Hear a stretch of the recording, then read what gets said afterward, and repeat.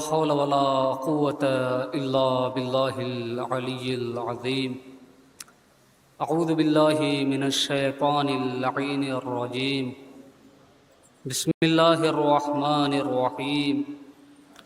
الحمد لله رب العالمين، والصلاة والسلام على أشرف الخلائق أجمعين، الرسول النبي الأمي العربي القرشي المدني الطهي التهامي السيد البهي السراج المضي الكوكب الدري صاحب الوقار والسكينة المدفون بأرض المدينة العبد الموجد، والرسول المصطفى أمجد المحمود الأحمد حبیب الہ العالمین ابی القاسم محمد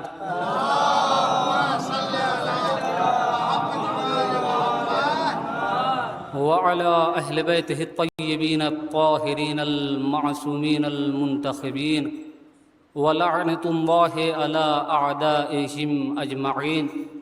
اما بعد فقد قال رسول اللہ صلی اللہ علیہ وآلہ وسلم: لا أعطين هذه الرأية غدا رجلا يفتح الله على يديه يحب الله ورسوله ويحبه الله ورسوله.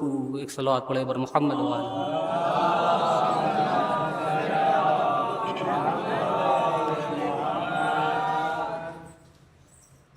عزیزان ایمان، مسلسل مجالس اعضاء میں شرکت کرتے آ رہے ہیں اور خطبہ اور واعظین کے بیانات اور ان کے واعظ و نصیحت کو سنتے آ رہے ہیں. بہرحال میں یہاں پر آزاد نہیں ہوں، چونکہ بانی مجلس کی طرف سے مجھ کو موضوع دیا گیا ہے اور وہ موضوع علم اور علم برداری ہے، پرچم اور پرچم کشائی ہے. لہٰذا اسی موضوع کو مد نظر رکھتے ہوئے میں نے جس حدیث شریفہ کو پڑھنے کا شرف حاصل کیا، کتاب کا نام ہے صحیح بخاری، حدیث نمبر 4210، اور الگ الگ طبعات کے اعتبار سے یہ احادیث مختلف بھی ہو سکتی ہے، یا کتاب المغازی کے اعتبار سے حدیث نمبر 3702 جو یہ حدیث وہاں پر نقل ہے، جس میں ارشاد رسول ہوتا ہے: لأعطین، کل میں عطا کروں گا، ہذہ الرأیہ، اس پرچم کو. کس کو عطا کروں گا؟ رجلاً، ایک ایسا مرد ہوگا، یفتح اللہ علی یدی، وہ مرد کی خاصیت یہ ہوگی کہ اللہ اس کے ذریعے ہم کو خیبر میں کامیابی عطا کرے گا. یعنی وہ مرد ایسا ہوگا جس کے ذریعے اللہ ہمیں کامیابی عطا کرے گا. اب یہیں پر ٹھہر کر میں سوال کروں گا، یا رسول اللہ، آپ کہتے کہ کل میں علم دوں گا، یہاں پر لفظ مرد کا استعمال کرنے کی کیا ضرورت تھی؟ کیا کل تک جانے والے مرد نہیں تھے؟ جواب آئے گا جانے والے مرد تھے، لیکن بنفس ہی مرد ہونا اور ہے، انسان کے اندر مردانگی ہونا اور ہے. لفظ بدل کر یوں کہوں کہ میدان میں علم لے کر جانا اور ہے، بانس لے کر آنا اور ہے، علم لے کر جانا اور ہے، کامیابی کے ساتھ آنا اور. صلوات پڑھے محمد وآل محمد پر.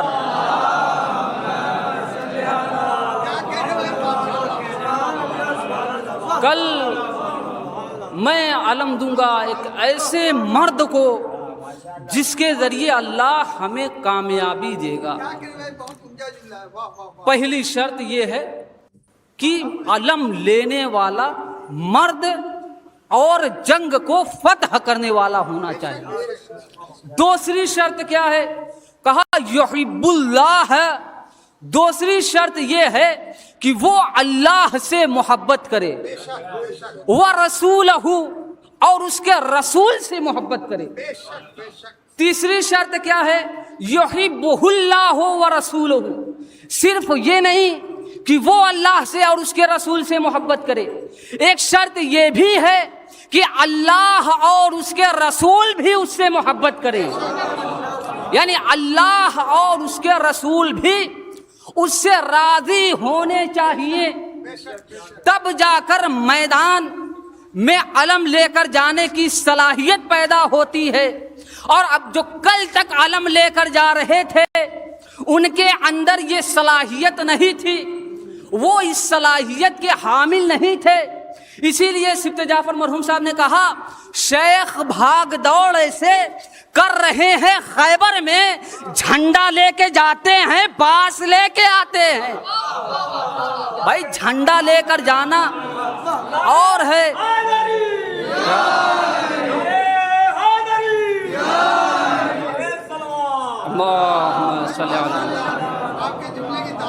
جزاکم اللہ، علم کا لے کر جانا اور ہے، اور کامیابی کے ساتھ واپس آنا اور ہے۔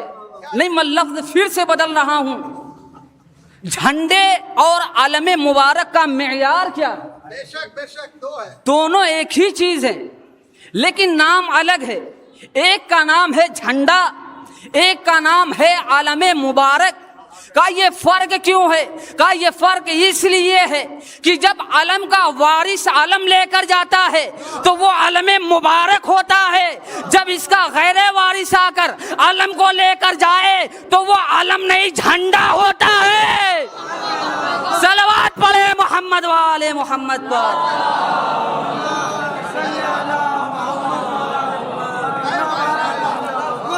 علم اور جھنڈے کا فرق ہے، اور اس فرق کو سمجھنے کی ضرورت ہے۔ آپ جنگ خیبر دیکھیے 39 دن تک چلتی رہی، لیکن جو بھی علم لے کر جاتا تھا کامیابی کے ساتھ واپس نہیں آتا تھا۔ اور تاریخ نے میں نے بتایا ایسے لوگ بھی تھے جو علم تو لے کر گئے تھے لیکن واپسی میں ان کے پاس صرف بانس بچا تھا، یعنی ایک ذمہ داری ہے علم کی۔ اور یہی علم جب اپنے حامل کے ہاتھ میں پہنچتا ہے تو 13 سال کی عمر میں عباس جب جنگ صفین میں علم لے کر جاتے ہیں تو وہی علم ہوتا ہے جو خیبر میں مولا علی کو رسول نے دیا ہوتا ہے۔ اور جب مولا عباس جنگ کے میدان میں جاتے ہیں تو اپنے لباس کا انتخاب نہیں کرتے ہیں، زرع علی کو پہنتے ہیں، علی کی تلوار کو لیتے ہیں، علی کی سواری کو لیتے ہیں، اور لے کر جب میدان میں جاتے ہیں ایک مرتبہ حملہ شروع کرتے ہیں تو لوگوں میں یہ کشمکش ہو جاتی ہے، یہ کون ہے؟ ارے قد تو علی جیسا ہے، تلوار تو علی کی چلائی جا رہی ہے، سواری تو علی جیسی ہے۔ اب لوگوں میں آواز بلند ہو جاتی ہے کہ علی جنگ کر رہے ہیں، علی جنگ کر رہے ہیں۔ لوگ جا کر علی کو بتاتے ہیں اے علی آپ یہاں پر موجود ہیں، لیکن جنگ صفین میں صدا بلند ہو رہی ہے کہ وہاں پر علی جنگ کر رہے ہیں۔ علی کہتے ہیں عباس کو بلاؤ۔ جیسے ہی عباس آتے ہیں، جب عباس آتے ہیں تو چہرے پر پردہ پڑا ہوا ہے، شیر جیسی آنکھیں نظر آ رہی ہیں، آنکھوں پر واللیل کی زلفیں پڑی ہے، ایسا لگتا ہے کہ جیسے بدلی کے عالم میں 14ویں کا چاند نظر آتا ہے۔ جیسے ہی علی نے عباس کے چہرے کی طرف دیکھا ایک جملہ کہا ھذا قمر بنی ہاشم، ارے یہ ہاشم کا چاند ہے۔ صلوات پڑھے بر محمد وآل محمد۔ یا عباس یا عباس، یا عباس یا عباس، یا عباس یا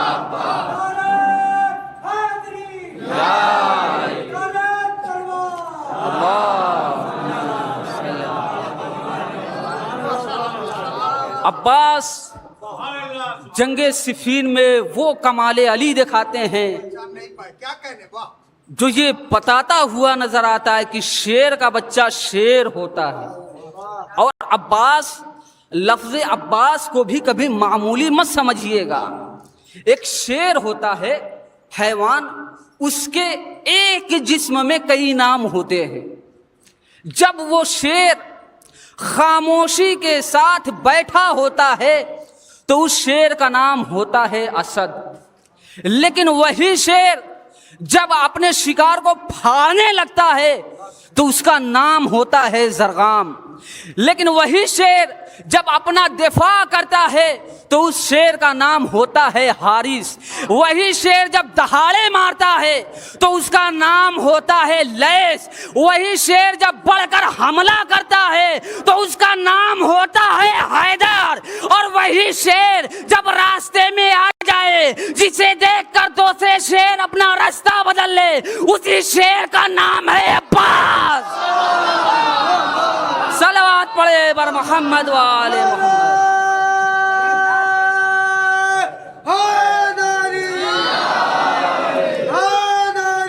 یا اللہم صلی اللہ۔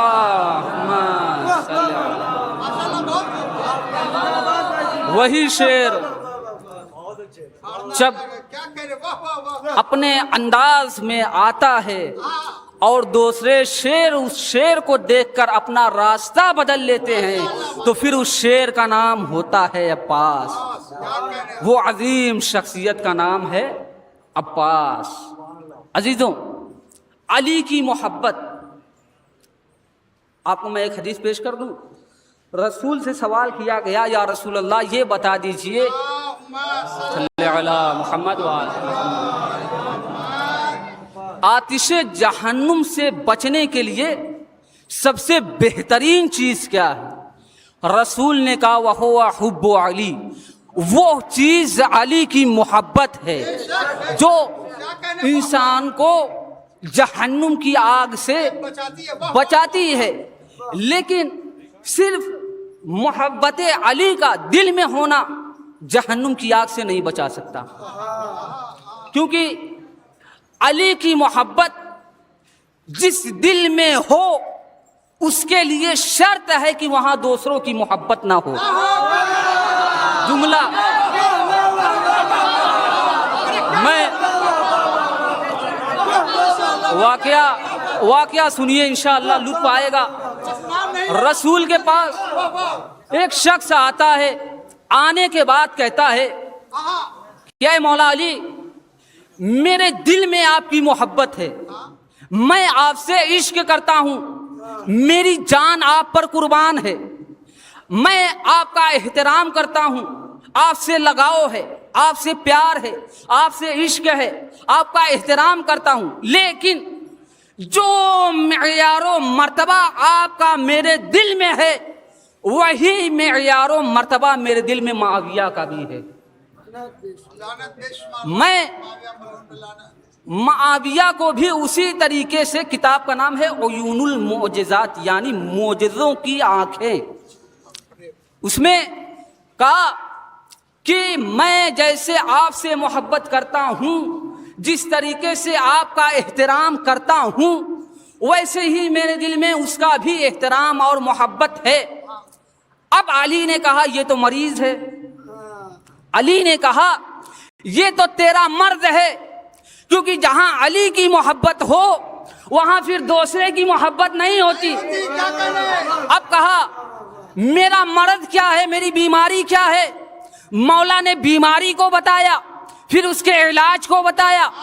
مولا نے کہا تیری مثال ایسی ہی ہے کہ تو ایک آنکھ سے دیکھ رہا ہے، دوسری آنکھ سے اندھا ہے، اب تیرا علاج یہ ہے یا تو معاویہ کی محبت کو کاملاً اپنے دل میں پیدا کر لے اور دونوں آنکھوں سے اندھا ہو جا، یا علی کی محبت کو اپنے دل میں رکھ لے اور قیامت تک دیکھنے والا ہو جا۔ صلوات پڑھے بر محمد وآل محمد۔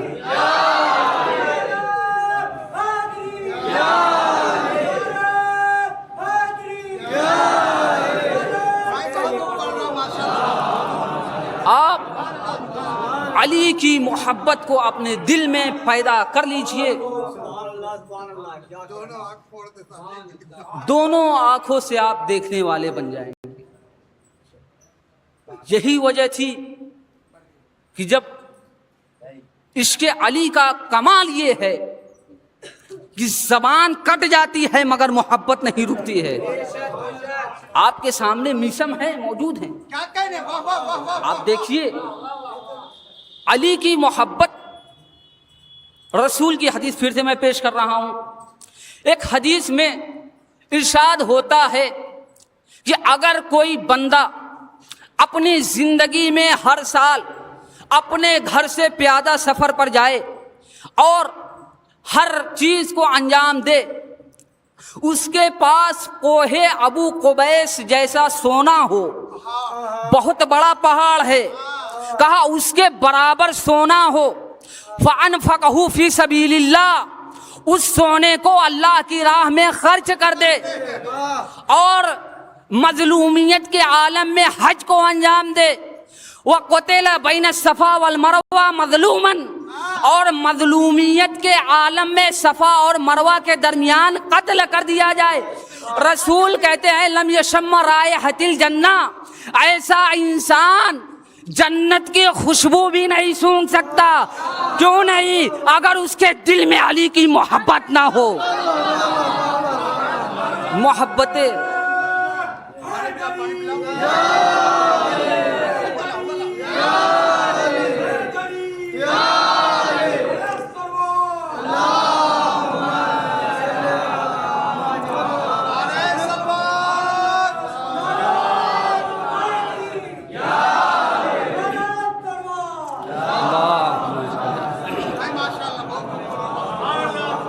پھر ایک روایت عرض کروں گا. راوی کا نام ہے ابو سعید خضری. ابو سعید خضری مدینے میں رسول کے ساتھ زندگی کرتے تھے. ایک وقت ایسا آیا کہ جب منافقین نے دیکھا کہ مومن افراد سر پہ عمامہ عبا کبا پہنے ہوئے، ہاتھ میں تسبیح لے کر رسول کے ساتھ رہتے ہیں، اب ہم بھی لوگوں کو دکھانے کے لیے اسی رویے کو اختیار کرتے ہیں. کہا اس رویے کا اختیار کیا کرنا ہے؟ اب ابو سعید خضری کہتے ہیں ایک وقت آیا کہ مدینے کے منافق لوگ بھی مومن بن کے ٹہلنے لگے.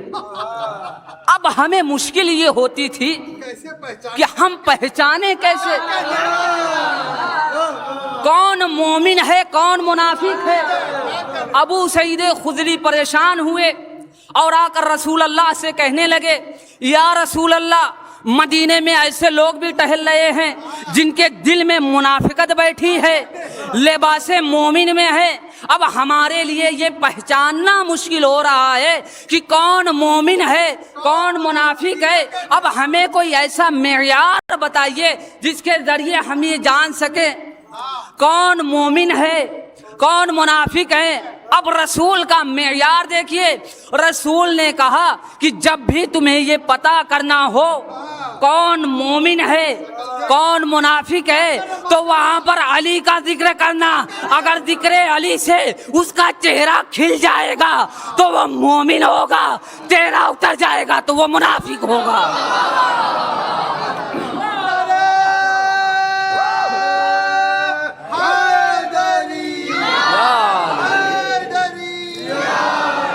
علی کی محبت چہرے کو نور بخشتی ہے اور علی کی دشمنی اور نفرت انسان کے چہروں پر لعنت برساتی ہے. آپ دیکھیں تاریخ اسلام میں کہاں پر علی نہیں ہے. کوئی ایسی جگہ لے کر آئیے جہاں پر علی نہ ہو. دعوت ذوالشیرہ میں دیکھیے علی موجود ہیں، شب معراج دیکھیے علی موجود ہیں، بستر رسول پر دیکھیے شب ہجرت علی موجود ہے، خانہ کعبہ میں ولادت علی کی ہوئی ہے، مسجد میں شہادت علی کی ہوئی ہے، حسنین کا بابا علی ہے، فاطمہ کا شوہر علی ہے، مسکینوں کی کفالت کرنے والا علی ہے، غریبوں کو پالنے والا علی ہے، لوگوں کی مدد کرنے والا علی ہے، رسول کی مدد کرنے والا علی ہے، انبیاء کی مدد کرنے والا علی ہے، علی ولی اللہ علی ہے. اب علی ہر جگہ ہے تو جو منافق ہیں ان کے لیے ایسی جگہ ہونی چاہیے کہ جہاں پر ان کو ذکر علی پریشان نہ کرے تو ایسی جگہ اللہ کو بنانی پڑے گی. اب ایسی جگہ اللہ نے بنائی. کہا وہ جگہ کون سی ہے؟ کہا جب سوال یہ تھا کہ محراب پہ علی ہے تو منبر پہ ہے علی، کعبہ گواہ دوش پیمبر پہ ہے علی، ہجرت کی شب رسول کے بستر پہ ہے علی، جنت علی کی ملک ہے کوثر پہ ہے علی، ہر جہاں علی ملیں گے نہ دامن بچائیے، بچنا علی سے ہے تو جہنم میں جائیے.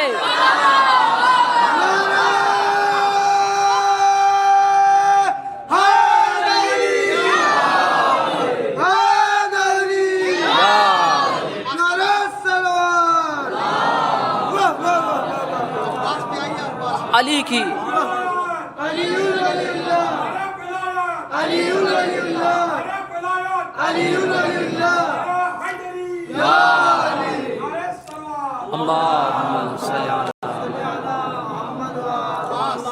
بہرحال میں دوسرے موضوع کی طرف جا رہا ہوں. میرا موضوع ہے پرچم اور پرچم کشائی، عباس، علمدار اور پرچم. جب قافلہ مدینے سے نکلا تو یہ قافلہ پہنچا کربلا. مدینے سے چلتے ہوئے مکہ، مکے سے حج کو عمرے میں تبدیل کرتے ہوئے کربلا. کربلا میں جب یہ قافلہ پہنچا تو اب وہاں پر لشکروں پر لشکر آنا شروع ہو گیا. لشکروں پر لشکر آنا شروع ہو گیا. اب 7ویں محرم سے یزید اپنے نمائندے کو بھیجتا ہے، کہا جاؤ جا کر لشکر کے سربراہ سے پوچھ کر آؤ کہ حسین کو کب قتل کر رہے ہیں. جواب میں بھیجتا ہے کہ جاؤ جا کر یزید سے کہنا کہ ہمارے پاس فوج بہت ہے، ہمارے پاس گھوڑے موجود ہیں، ہمارے پاس اسلحے موجود ہیں. سوال کیا کر رہا ہے؟ یہ حسین کو کب قتل کر رہے ہو؟ حسین کے پاس کتنے لوگ مدد کے لیے پہنچے؟ حسین کے پاس اسلحہ کتنا ہے؟ حسین کے پاس جانور کتنے ہیں؟ جواب میں کہہ رہا ہے ہمارے پاس اتنے جانور ہیں. پھر دوسری مرتبہ 8 محرم کو بھیجا. پھر کہا یہ بتاؤ حسین کو قتل کب کر رہے ہو؟ کہا کہ ہمارے پاس پانی موجود ہے، کھانے کی چیزیں موجود ہے، کوئی فکر کرنے کی ضرورت نہیں ہے. اب 9 محرم کو دوبارہ ذوالقلائے خیبری کے پاس آیا، آ کر کہنے لگا یزید نے سخت لہجے میں پوچھا ہے، جو پوچھا ہے اسی کا جواب دینا.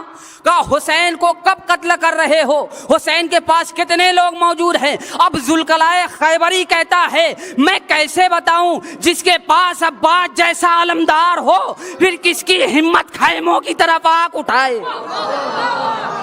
عباس جیسا جس کے پاس علمدار موجود ہو پھر کس کی ہمت ہے کہ وہ آنکھ اٹھا کر خیام حسینی کی طرف دیکھے.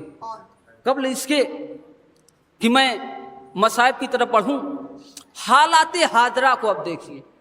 چونکہ وہ پرچم جو پرچم اسلام رسول کے ہاتھ میں تھا وہ مولا علی کے ہاتھ میں گیا، مولا علی کے ہاتھ میں ہوتے ہوئے مولا عباس کے ہاتھوں میں آیا. عصر حاضر میں موجودہ دور میں وہ علم کس کے ہاتھ میں ہے؟ آج کے دور میں، آج کی جنریشن میں وہ علم کس کے پاس ہے؟ لفظ بدل کر کہوں، کربلا کا دوسرا علمبردار آج کے دور میں کون ہے؟ وہ علمبردار کون ہے؟ علم اٹھانے کے لیے اور علم برداری کے لیے میں نے 3 شرطوں کو بیان کیا تھا. پہلی شرط مرد ہو، دوسری شرط اللہ اور اس کے رسول سے محبت کرنے والا ہو، تیسری شرط اللہ اور اس کے رسول بھی اس سے محبت کریں.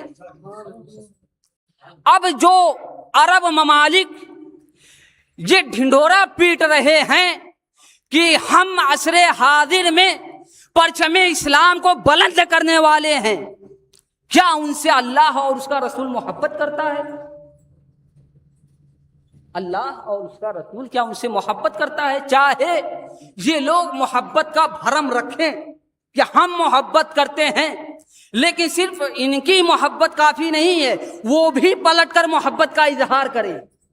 کہا کیا وہ لوگ جو یہ دعویٰ کر رہے ہیں ان سے اللہ اور اس کا رسول راضی ہے، محبت کر رہے ہیں؟ یقیناً نہیں، کیونکہ جو کعبہ اللہ کی عبادت کی نشانی ہے، اسی کعبے کی کمائی سے شراب پینے والوں سے اللہ راضی نہیں ہوتا ہے۔ کعبے کی کمائی سے شراب پینے سے پھر ایسے لوگوں سے اللہ آگے کا بھی جملہ ہے، راضی نہیں ہوتا۔ لفظ بدلوں، جس شہر میں رسول کی بیٹی کی قبر موجود ہو اور اس پر چراغ جلانے پر پابندی لگائی جائے تو پھر نہ اس سے اللہ راضی ہوگا نہ اس کا رسول راضی ہوگا، تو پھر راضی کس سے ہوگا؟ کہا کہ جو اللہ اور اس کے رسول سے محبت کرے۔ اور عصر حاضر میں پوری دنیا کا واحد ملک ایران ہے جس نے یہ فیصلہ کیا، جس نے دنیا کو بتایا کہ ہمارے پاس اصل علم برداری کا حق ہے۔ کربلا کے میدان میں جنگ ہوئی کس لیے تھی یہ بتائیے؟ کربلا میں جنگ کس لیے ہوئی تھی؟ امام حسین علیہ السلام نے کیا ارشاد فرمایا؟ انی لم اخرج، میں نہیں نکل رہا ہوں، اشرم ولا بطرم ولا مفسدم ولا ظالما، ظلم و بربریت فتنہ و فساد کے لیے نہیں نکل رہا ہوں، وانما خرجت لطلب الاصلاح فی امت جدی، میں نکل رہا ہوں اپنے نانا کی امت کی اصلاح کے لیے۔ اور جب یہ قافلہ کربلا پہنچا تو کربلا میں امام حسین علیہ السلام سے بیعت کا مطالبہ ہوا۔ بیعت کیوں مانگی جا رہی تھی؟ بیعت اس لیے مانگی جا رہی تھی کہ حلال محمدی کو حرام بنا دیا جائے اور حرام محمدی کو حلال بنا دیا جائے۔ امام حسین علیہ السلام نے کہا مثلی لا یبایع مثلا، مجھ جیسا تجھ جیسے کی بیعت نہیں کر سکتا۔ امام نے یہ کیوں کہا کہ مجھ جیسا؟ امام نے یہ کیوں کہا کہ تجھ جیسا؟ امام کو تو کہنا یہ چاہیے تھا کہ میں تیری بیعت نہیں کر سکتا۔ یعنی امام نے دنیا کو یہ بتایا کہ یاد رکھنا یہ مطالبہ یہیں ختم ہونے والا نہیں ہے، آنے والے وقت میں یہ حسین کا کردار بھی موجود رہے گا اور حسین کی سیرت موجود رہے گی اور یزید جیسی خباثت بھی موجود رہے گی۔ اور آج یزید وقت کون ہے؟ ٹرمپ اور نیتن یاہو، جو وقت کے یزید ہیں، معصوم بچوں کو قتل کر رہے ہیں۔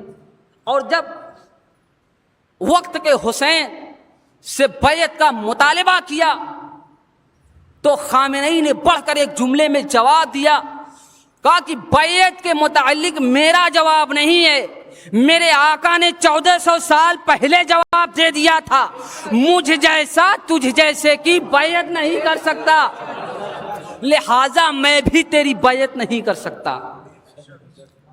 آپ ایران کو دیکھیے، ایران کو سمجھنے کی ضرورت ہے۔ سوشل میڈیا اور ٹی وی سے ایران سمجھ میں نہیں آئے گا، سوشل میڈیا اور ٹی وی سے ایران سمجھنے میں نہیں آئے گا کبھی۔ جو ایران میں رہ رہے ہیں ان سے آپ رابطہ رکھیے، یا آپ فارسی خبریں ٹرانسلیٹ کر کے جب دیکھیں گے تب آپ کو سمجھ میں آئے گا کہ ایران کیا ہے۔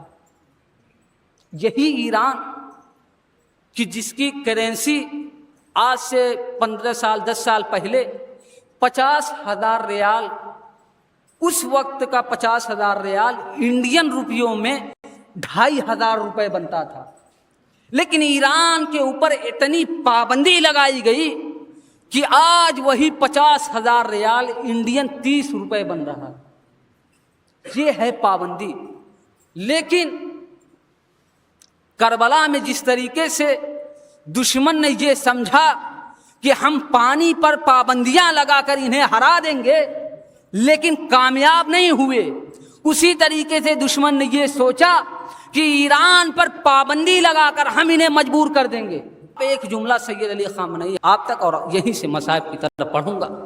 رہبر نے کہا تھا، ماں زیر سایہ پرچمے عباس زندگی می کنیم، ہم عباس کے پرچم کے نیچے جی رہے ہیں۔ آپ کربلا کے میدان میں دیکھیے، شب عاشور سب لوگ خیام میں ہیں، لیکن میرا مولا عباس خیام حسینی کے باہر ہے، خیام حسینی کے باہر ہے، اور خیام حسینی کے اطراف میں چکر لگاتا ہوا نظر آ رہا۔ مائیں اپنے اپنے بچوں کو وصیتیں کر رہی، بیٹا کل صبح عاشور ہے، اپنے ماموں کے دشمنوں پر حملہ کرنا، اپنی ماں کے دودھ کا حق ادا کر دینا۔ عزیزوں، علم بردار ہے۔ ایک مرتبہ مولا عباس آتے ہیں، آ کر کہتے ہیں آقا مجھے مرنے کی اجازت دے دیجیے۔ عباس تمہیں کیسے مرنے کی اجازت دے دوں؟ تم تو میری لشکر کے علم بردار ہوا کرتے تھے نا عباس۔ آقا وہ لشکر ہی کہاں رہا جس کی میں علم برداری کیا کرتا تھا۔ بس عزیزوں، مولا عباس کو جنگ کی اجازت نہیں ملتی ہے، لیکن اتنی اجازت ملتی ہے، عباس خیام حسینی میں ننھے ننھے بچے العطش العطش کی صدائیں بلند کر رہے ہیں۔ عباس جنگ نہ کرنا، لیکن اتنی کوشش کرو کہ ان بچوں کے لیے پانی کا اہتمام ہو جائے۔ ہاں عزاداران مظلوم کربلا، مولا عباس گھوڑے پر سوار ہوتے ہیں اور سوار ہونے کے بعد میدان قتال میں آتے ہیں۔ آنے کے بعد جنگ کرتے ہیں۔ جب جنگ کرتے کرتے ایک مرتبہ نہر فرات پر پہنچتے ہیں، نہر فرات سے اپنے مشیزے کو بھرتے ہیں، مشک میں پانی بھر جاتا ہے۔ ایک مرتبہ اپنے اسب باوفا کی طرف اشارہ کر کے کہتے ہیں اے میرے رہوار تو بھی تو پیاسا ہے، ارے پانی پی لے۔ لیکن ہائے رے وہ مظلوم جانور بھی کہتا ہے اے میرے والیو وارث، ارے میں کیسے پانی پی لوں؟ خیام حسینی میں سکینہ پیاسی ہے، ارے بچے پیاسے ہیں۔ اجرکم اللہ خیر الجزا۔ بس آپ کی آوازیں بلند ہو گئی ہے، یہی بی بی فاطمہ زہرا آپ نے رومال میں لینے کے لیے آئی ہے۔ بس عزیزوں، مولا عباس نہر فرات سے واپس خیام حسینی کی طرف آنا چاہتے ہیں۔ جب خیام حسینی کی طرف مولا عباس آنا چاہتے ہیں تو در خیمہ پر کھڑی سکینہ یہ منظر دیکھ رہی ہے کہ میرے چچا عباس کا علم واپس آ رہا ہے۔ ایک مرتبہ سکینہ نے کیا دیکھا، ارے یہ پرچم اچانک سے جھکنے لگا۔ چچا کی آواز آئی اے میرے آقا عباس کی مدد کو آئیے، ارے عباس زمین پر آ رہا ہے۔ اجرکم اللہ خیر الجزا۔ اللہ آپ کو کوئی غم نہ دے سوائے غم مظلوم کربلا کے۔ مولا عباس خیام حسینی میں پانی لانا چاہتے ہیں، جیسے ہی پانی لانا چاہتے ہیں ایک ظالم نے ایسا تیر مارا، وہ تیر آ کر مولا عباس کی آنکھوں میں پیوست ہو گیا۔ ارے ایک ظالم نے ایسا حملہ کیا، مولا عباس کا دائنا شانہ قلم ہو گیا۔ ایک ظالم نے ایسا حملہ کیا، ارے بایاں شانہ قلم ہو گیا۔ اب عباس کی ایک ہی تمنا تھی، خیام حسینی میں پانی کو پہنچایا جائے۔ ایک ظالم نے جب دونوں شانے قلم ہو گئے، ارے دانتوں میں مشق سکینہ دبائے ہوئے تیزی سے خیام حسینی کی طرف جا رہا ہے۔ ایک ظالم نے ایسا تیر مارا، مشق سکینہ چھد گئی، پانی بہنے لگا۔ ارے عباس کی امیدیں ٹوٹ گئی۔ بس عزیزو تھوڑی دیر میں علم آنے والا ہے، جیسے ہی علم آئے گا آپ زیارت کر دیجئے گا۔ ارے حسین عباس کے پاس پہنچتے ہیں، ایک مرتبہ کہتے ہیں اے عباس ارے تیری کوئی تمنا ہے تو بتا دینا۔ آقا اس غلام کی ایک تمنا ہے۔ عباس وہ کون سی تمنا ہے؟ آقا جب میں پیدا ہوا تھا تو میں نے آپ کا دیدار کیا تھا، میرا وقت آخر ہے میں آپ کا دیدار کرنا چاہتا ہوں، لیکن اے آقا یہ غلام کیسے دیدار کرے؟ ارے ایک آنکھ میں تیر لگا ہوا ہے، دوسری آنکھ میں خون۔ مولا نے ابا کے دامن سے خون کو صاف کیا، بھائی نے بھائی کا دیدار کیا، کہا عباس کوئی اور تمنا ہے؟ کہا آقا ایک تمنا ہے۔ کہا وہ کون سی تمنا ہے؟ آقا میرے لاشے کو خیمے میں نہ لے کے جانا، ارے سکینہ سے وعدہ کر کے آیا تھا تیرا چچا تیرے لیے پانی لائے گا۔ ایک مرتبہ مولا عباس کہتے ہیں اے آقا آپ کے غلام عباس کی سانسیں چل رہی ہے، عباس کے لیے کوئی حکم ہے تو بتا دو۔ کہا اے بھیا عباس ارے زندگی بھر تم نے مجھے آقا کہہ کے پکارا، ایک مرتبہ بھائی کو بھائی کہو۔ بھائی نے بھائی کو بھائی کہا، روح جسم سے پرواز، عباس کا علم اور سکینہ کی امید ہے۔